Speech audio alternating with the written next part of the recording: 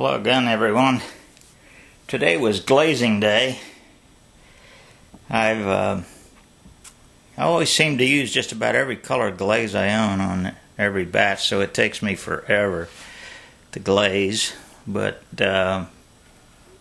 what I thought I'd do, everyone always wonders how thick they should make their glazes, and you hear a lot of stories, make it as thick as heavy cream or whatever feels good to you, and I thought I'd show you what I do in order to make sure that I'm consistent on my glaze thicknesses.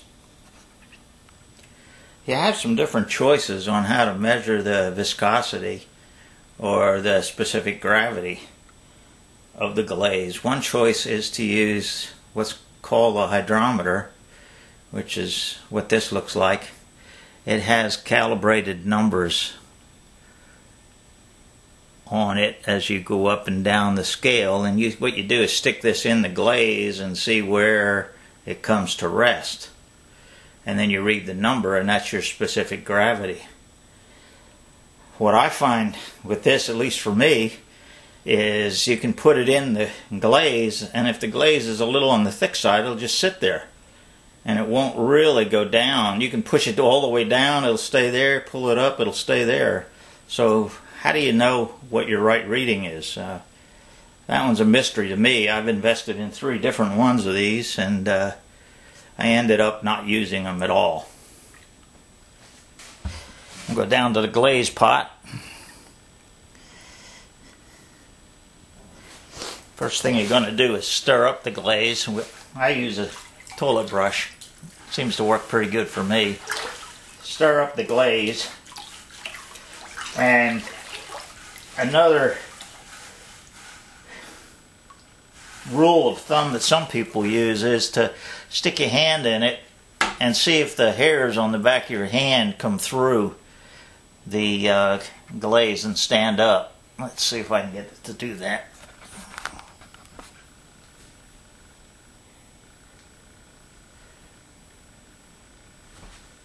In any event, you can see the hairs are trying to come through there on the back of my hand. That's another option on how to tell how thick your glaze is. What I use is something called a Zahn cup, Z-A-H-N, named after the inventor, I would hope. It's called a Zahn cup. You can go to an automotive store and buy these in stainless steel, and they're very precision and they cost a lot of money. Or you can go to eBay like I did and buy this plastic one for $7. It has a hole in the bottom. This hole is 5/32 of an inch in diameter. It's really not that important. You can make one of these, put a handle on a little cup or something, or put a plug in a funnel and drill a 5/32 inch hole in it. The object is that this gives you a certain number of seconds that it takes to empty, and you record that number of seconds, and then you try to be consistent every time you use that particular glaze to thin it out to get to that same number of seconds. You keep records, obviously. Try different times to empty. See what works best for you, along with keeping a log of how many seconds you've dipped into the glaze. That's all important stuff.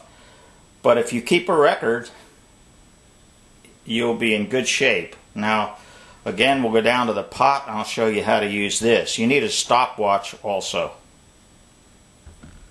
Again, stir it up. Make sure that it's stirred. A lot of these glazes settle pretty quickly, actually. So it's good and stirred. You take your stopwatch, you zero it, and you dip this in, until it's full, and then you bring it up right to the surface and pull it out and start the stopwatch at exactly the same time. Here we go. Now you're going to keep watching that stream of fluid come out of there until it breaks, and stop the stopwatch. Now, that's 11.22 seconds. So I record that 11.22 seconds, and I like to dip for 3 seconds, and that gives me a pretty good covering, and it gives me a good look to the glaze. Well, one more time we'll go in here, zero this stopwatch, go in, pull out and start the stopwatch, and watch the stream till it stops. There you go. 11.13 that time. So you're figuring 11.1, 11.2 seconds. Depends how spastic you are on the stopwatch. But for me, that's the most consistent way of doing it. Give it a try. $7 plus a El Cheapo stopwatch, and you're good to go.